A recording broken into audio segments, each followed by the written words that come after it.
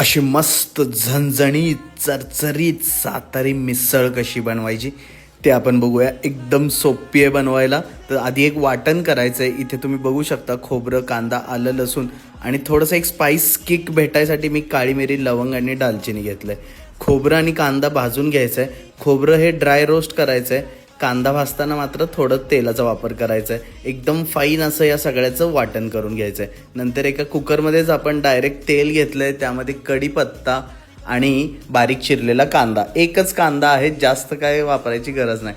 एक कांदा, एक टोमॅटो ॲड केला आहे आपण, त्यात जरासा आंबटपणा यायला. नंतर आपण एक मोठा चमचा बेडगी मिरची पावडर घातले. तुम्ही अजून थोडी जास्त वापरली तरी देखील चालेल. हळद, हिंग आणि घाटी मसाला. घाटी मसाला ह्याचा मेन इन्ग्रेडियंट आहे. 3.5-4 चमचे तरी लागतील.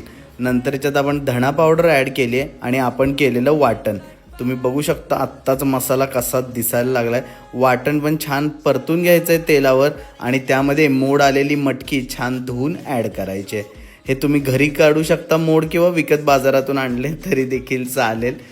मटकीचे मोड मसाल्यात छान परतून घ्यायचे आहेत. त्यामध्ये मीठ ॲड करायचं आहे आणि सध्या फक्त 1 लिटर पाणी ॲड केलं आहे मी.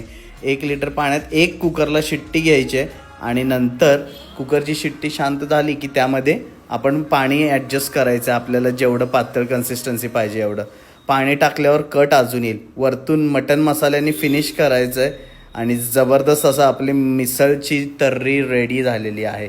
तुम्ही बघू शकता किती सुंदर दिसत आहे. कलर बघा तो तुम्ही फक्त.